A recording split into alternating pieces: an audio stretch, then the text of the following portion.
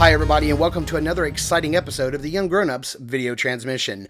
I'm your host Mark, and today we're going to be taking a look at the long-awaited Hot Toys Marvel's Avengers Iron Man Mk VII. So, of course, this is the Iron Man suit that Tony Stark kind of puts on, that Jarvis kind of shoots at him towards the end of the Avengers when he's having his war of words with Loki.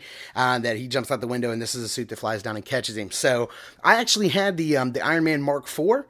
From Hot Toys. Loved that figure. I think it was the last one that they made with the circular arc reactor, and was really happy to see that Joss Whedon brought the circular arc reactor back for the triumphant return of Iron Man at the end of the Avengers. So I was really happy to see that. I was actually able to sell my Mark IV on eBay and more than make up enough money to pay for this guy. So I did that a few months ago, and had just been, idly sitting and waiting for this guy to come out without an Iron Man figure on my shelf. My Avengers are right up there. I have Hawkeye, I have Thor, Captain America, and Black Widow, and they're just waiting for Iron Man to join them. Not picking up Loki, not picking up Coulson, not picking up Nick Fury. So at this point, just waiting for Incredible Hulk, just like everybody else, to finally round out my Avengers shelf.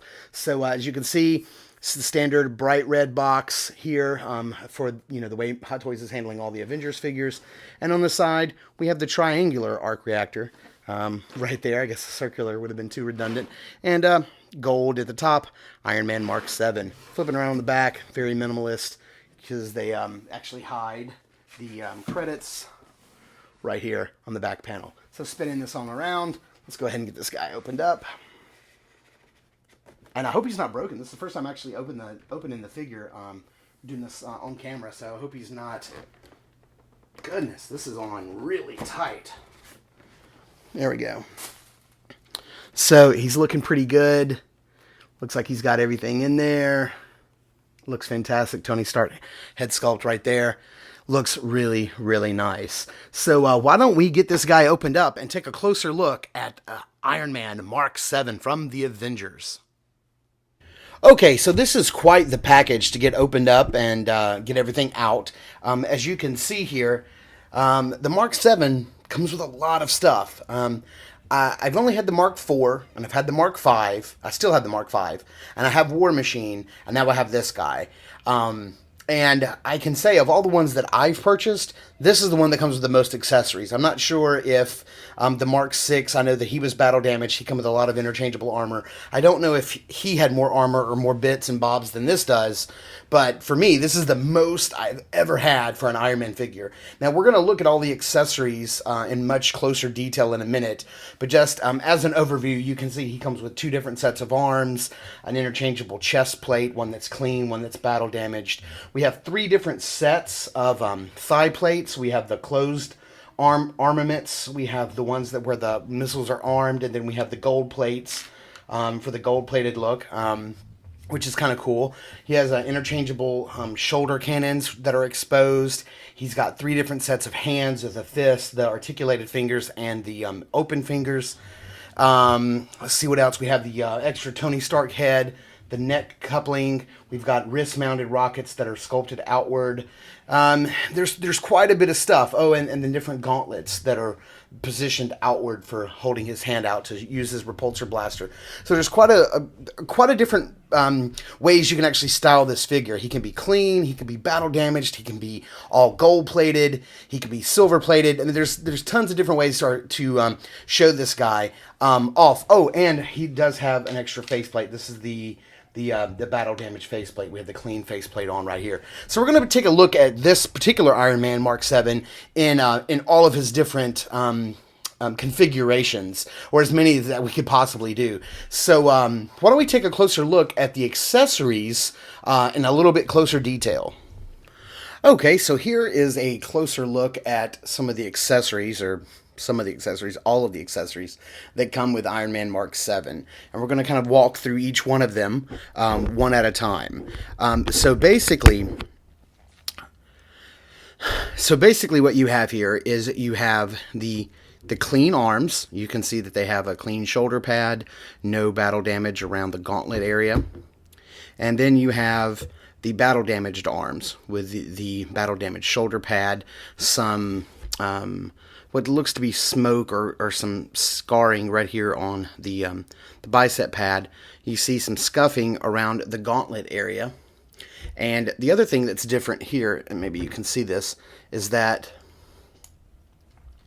the wrist cannon is raised and exposed, and we'll zoom in here in a minute and take a closer look at that. But as you can see on the regular arm, the wrist cannon is not exposed. Those do not come off, I do not believe. I've tried.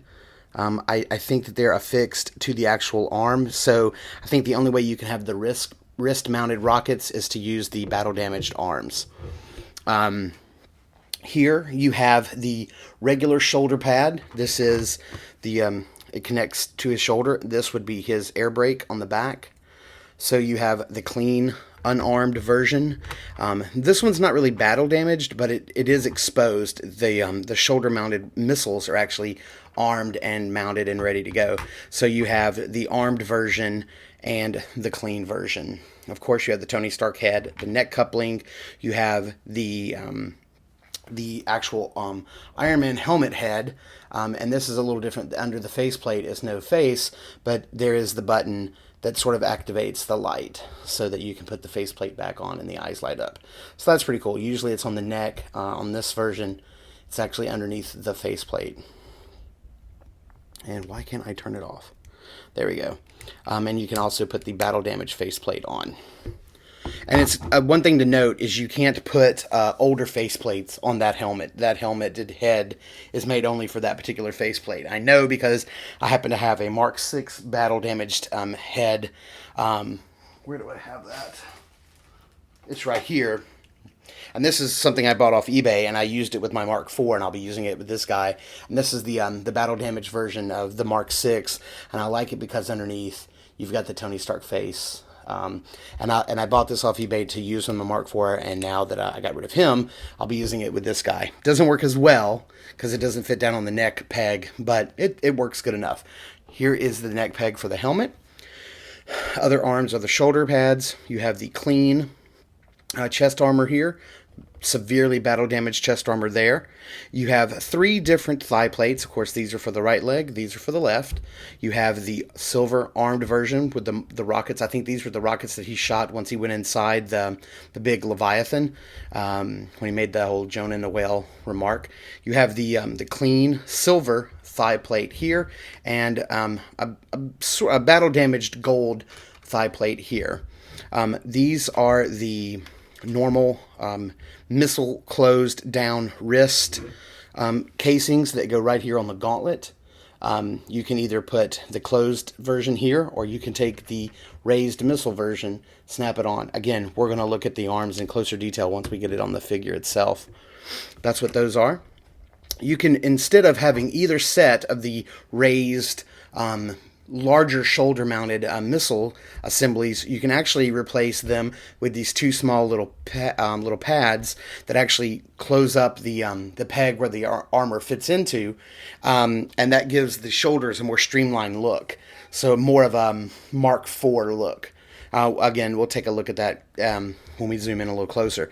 You have 2 different kinds of wrist guards. You have one that's bent upwards for a hand firing in this position, and then you have one that's bent downwards, so for when he has his fists on or the hands are relaxed. So instead of giving us one that's articulated, they just give us 2 different kinds. These again are the gauntlet mounted missile launchers. You have 3 different sets of hands. You have the flattened out hand where the fingers are just rubber like that. They're in that posed position. Then you have the articulated finger version. I don't want an Iron Man figure to come out that doesn't have this. So that's pretty fantastic. Glad they included those. And they have the fist. And right here is what they call the function stick. It's just a little plastic, basically lever or flathead screwdriver. And this is to help with prying some of the pieces off if you have difficulty. So far, I've found that I can pretty much remove everything with just my fingers without using the stick, but better safe than sorry. So that's an overview of all of the accessories that come. So not only do you get a clean and a battle damage version, you can also configure both an unarmed and an armed version of the Mark VII armor. Okay, so starting off here, I wanted to show you the figure completely stripped down, and we'll zoom in and take a closer look. But this is basically the Mark VII figure with everything that is removable removed. So what you do have on here that's not removable is you do have some air brakes right here on the back that lift up. These are much better than the air brakes we've had before that were notorious for not staying on. They still have some little metal pieces in there, and we'll take a look at that again when we zoom in. And then the legs at the back of the calf, those air brakes raise as well, and you can see some of the mechanics inside the back of the calf. So those are the things that are not removable. The only other thing, and I'm going to have to zoom in to show you, is right here on the chest. So, okay, zooming in here on the chest without any armor on. One other thing that does come off, but since it's not really an accessory, I didn't look at it in the accessories section, is you see this plate that's right here. This too is removable, and it kind of lifts backwards. I'm trying to do this without the tool. And you can see that it reveals some of the, what looks to be the striated muscle that would be right here, the serrated muscle that'd be under the wings, or under the arm right here. I think this is the area that people nickname the wings. So you can see that there's some gold pieces there. It actually looks pretty cool. So whenever you're doing like the full gold, red and gold version of Iron Man, you can remove those little side panels. And it looks quite cool, actually. So here is the flaps on the back of the figure that we talked about. And you can see how the little metal bits are inside like they were before. They just are not removable. They don't fold down separately from the flaps, and they lay across the back much better than the Mark IV did. Those plates were notorious for not staying down properly. So it looks very clean and very streamlined across the back. All in all, the figure looks fantastic. It's so detailed. Even when stripped down, it just looks fantastic. So let's start with the most pared down, simplified, just red and gold Iron Man. And let's take a look at what he looks like. Okay, real quickly, I wanted to show you the different armaments that can be added to the arm. So here is the unbattle damaged arm, just the regular red and gold arm. You can see that there is no wrist armament here, and you can see that there's no gauntlet armament. So what we're going to do is we're just going to pop off this gauntlet plate right here.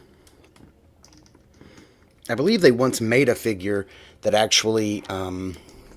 the arm, I don't know if they made it to where the arm's actually articulated up, or if it was plug-in like this. I'm not sure. As again, I never had the Mark VI, so I'm not sure how they handled it.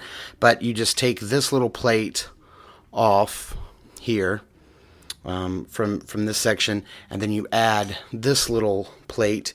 It just plugs right into the top, and it looks as if that plate has raised up and his missile is ready to launch from underneath it. So it looks really, really cool. The other thing you can do, the other way that you can arm the arms is, again, I told you all these little bits and pieces are very easy to come off. You just unplug the entire arm itself, and you add on the battle damage arm. And with the battle damage arm, what you get is you get the wrist laser here. Which is a really nice touch. I wish that you could do both the wrist and the gauntlet cannon. That would be kind of cool. But, I don't know if this one would shoot into the back of this one. I'm not sure. Maybe that's why they don't do it. Maybe it takes too much of the suit's energy. I'm not sure. But it does look pretty fantastic. Okay, so here is the most basic, pared down, simple, clean, red and gold Iron Man. As you can see, he doesn't have any of his armaments. He doesn't have his shoulder pads, his shoulder cannons. We'll zoom in here in just a second. You can see he does have the gold-plated side plates. No arms on his, no armaments on his arms. Nothing exposed or armed. This is just your most basic, pared down Iron Man. Very clean, very sleek. This is the first configuration that this set allows you to combine. Okay, so I wanted to zoom in so I could show you what the chest plate looks like without the red armor pads right here on the side. So if you're making, the most basic red and gold Iron Man, you can leave it just like this with those little bits of gold armor exposed, or you can take the plate and you can slide it in right under the arm and snap it right into place. And it snaps in there really well. It doesn't even feel like it wants to come out once it's in. So that's just giving you a good look of what it looks like without it and with it on that side. It looks pretty nice. Let's snap the other one on, because I think for the rest of the review I'm just going to leave these pads on. But it is a really nice touch. And one that I don't know if we ever see in the film, if we ever see it with those bits exposed. But there, that just makes the chest plate look much fuller, and like the chest plate's all more one big piece. But you can see if I took this off, that was a little clumsy, but it does actually not connect to the chest plate in any way whatsoever. And I do have, let me show you what the art reactor looks like. It's right here on the back. I can show you what that looks like with the plate off. And then, again, what it looks like when it's fixed. It's a pretty bright light. Really nice effect. And again, it's hidden if the shoulder cannons are attached. That button is hidden. But if they're not on and you're only using this upper plate, which, let me show you what that looks like. Take the arm off. They just pop right out. Very easy. This figure is very easy to swap out the arms and the head. Everything comes off very, very easy. But what I'm talking about, the shoulder cannon parts, is this little pad right here. You can just lift this little part off, and then the shoulder part is exposed. And you can either attach this part, which just slides right in and then folds backwards, so it sits like that on the shoulder. Here, let me go ahead and attach it. That shows you the difference between having the shoulder pad on and having the shoulder cannon off, which would be on this side here. As you can see, there's the difference. It just fills up that shoulder area a lot better. Okay, so let's zoom out again and take a look at this guy with the silver pads, the shoulder pads, and the silver thigh plates. And I don't think we're going to get into any of the armaments, but then we'll go to the full blown out, fully armed, fully weaponized version of the Mark VII. Okay, so here is the Mark VII, almost exactly as we saw him in the opener with all the accessories around him.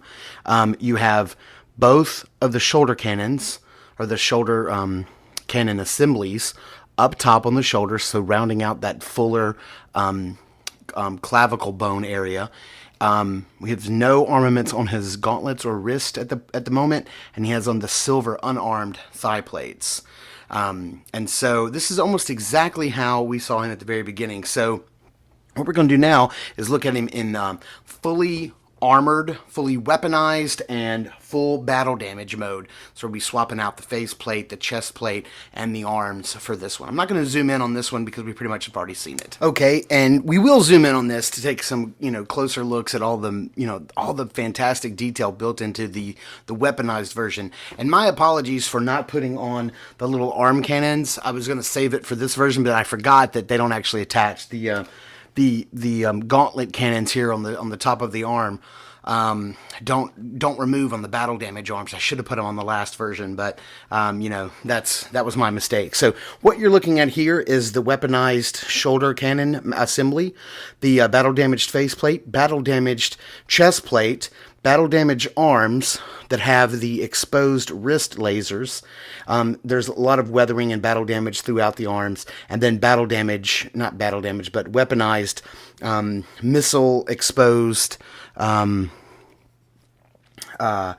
thigh plates. I'm looking to see, yeah, it looks really fantastic. This looks so good. So that's what you're looking at here. This is the full weaponized, I guess, after the battle version of the Iron Man Mark VII. So why don't we zoom in and take a closer look at some of this fantastic detail. Okay, I've zoomed in really close here because I really want you to be able to see the detail on the chest. You can see that that chest plate is quite destroyed. It is quite mangled. You know, continuing around here on the shoulder, you can see how there's lots of damage and scarring and scuffing on the shoulder plate as well. You can see some of that discharge and some like smoky effects there on the bicep. You can see some of that scarring and damage right there on the wrist, and you can see a little closer detail on the back of the hand, the wrist lasers. So just absolutely fantastic. And if I tilt up here just a little bit, I don't typically like moving because my tripod's really stiff and hate making jerky movements in camera. But you can see that the face plate where there's scarring around the top and around the sides and on the eyes. Looks really nice. Having not ever owned the full version from the Mark VI, I do have the head I showed you earlier. I've never had a battle damaged Iron Man other than the left arm of the Mark V. So I am a little familiar with how awesome the damage effects looks on these, or that Hot Toys is able to achieve with these Iron Man figures. But this is crazy amounts of detail. Let me lift the figure up here a little bit and show you a little closer detail on the weaponized thigh plates. You can see where the missiles are exposed and ready to fire out from the side. Again, just absolutely fantastic detail. Another look at that side of the arm. And the shoulder plate. The damage on this shoulder goes all the way around to the back. Very, very nice. All right, so why don't we take a look at the Iron Man Mark VII in some pretty dynamic poses, and let's see how well this guy articulates and how well he poses up. One quick thing before we get into the poses, I wanted to take a moment just to focus on the Tony Stark head sculpt that you get with this particular version of Iron Man. You can see he's got the more perfect hair that he did have in the Avengers. You can see that he's got quite a little nasty little smirk on his face, which I think is absolutely fantastic. You know, this is pretty much the Tony that would be in the scene where he's discussing things with Loki right before he gets thrown out the window. You know, when he delivers the very famous, you know, "We have a Hulk." You know, I could just see this is that cocky smirk, that awesome Tony Stark head. What I'm actually planning on doing as soon as the new version of the Tony Stark figure that's coming out from Iron Man 3, where he's got the armor in his room, like he's dressed in like the pants and the regular shirt, and he's like in the workshop. I don't know what that particular figure is called, Workshop Tony or whatever, but I really want the Iron Man 3 version of the Tony head sculpt. I like his hair. It was a little different. It was a little spikier, not so coiffed and flowing backwards. So I may get that head sculpt off eBay once it becomes available to replace sort of this one. It looks fantastic. I love this head sculpt, but I just like the hair from Iron Man 3 a little bit better, so I may be doing that. But I'll give you a quick little 360 on the head sculpt. It's very nice. Looks fantastic. One of the best Tony head sculpts we've gotten, no doubt. I just love that smirk. That is just so Tony. Now let's take a look at the poses.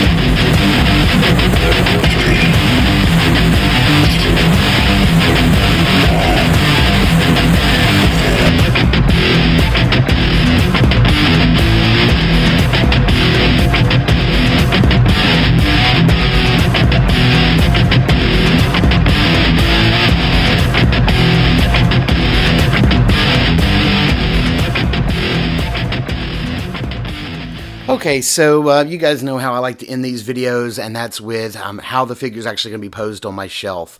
And with this Mark VII, it's an absolutely fantastic, probably, you know, dare I say, without having ever owned the Mark VI, and I know I keep saying that, but having never owned it, I would have to say that this is probably my most favorite version of the Iron Man figure that Hot Toys has put out. I know they put out a lot of Hot Toys Iron Man figures, and I'm not going to be getting the Mark 42. So, this may be the last Iron Man figure I buy, at least for quite a while. I mean, they would have to do something really special for me to want to shell out, money to pick up another one. So, this is how he's going to go on my shelf, and even though I didn't show it off earlier, this is the Mark VI battle damage head, and I'll zoom in here so we can take a quick look at it in just a second, but I just wanted to show it to you. This is how he'll probably go on my shelf next to the other Avengers. I don't have a lot of room, as you can see. I have only one Detolf, so I try not to put more than 4 or 5 figures in a shelf at once. And so I don't have a lot of room to do dynamic poses. I typically like to have my figure standing in more of a relaxed pose. So this is how it's going to go on my shelf. And so why don't we zoom in and take a look at that head sculpt real quick. Okay, so zooming in here, I just wanted to show off the Mark VI head sculpt that I picked up off eBay. I had this, like I said earlier, for the Iron Man Mk IV. It fit on there very nicely. It was a very snug, tight fit. Not so much with this figure. He does have the magnetic faceplate. It does come with both a clean and a battle damage version. The one that I got, the faceplate happened to be battle damage.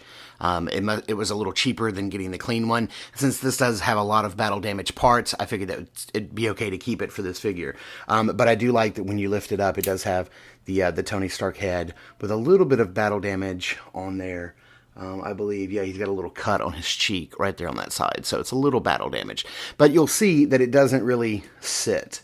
There's some weight to this head. And you can see that the ball joint on the inside is much larger than the ball joint that we have here.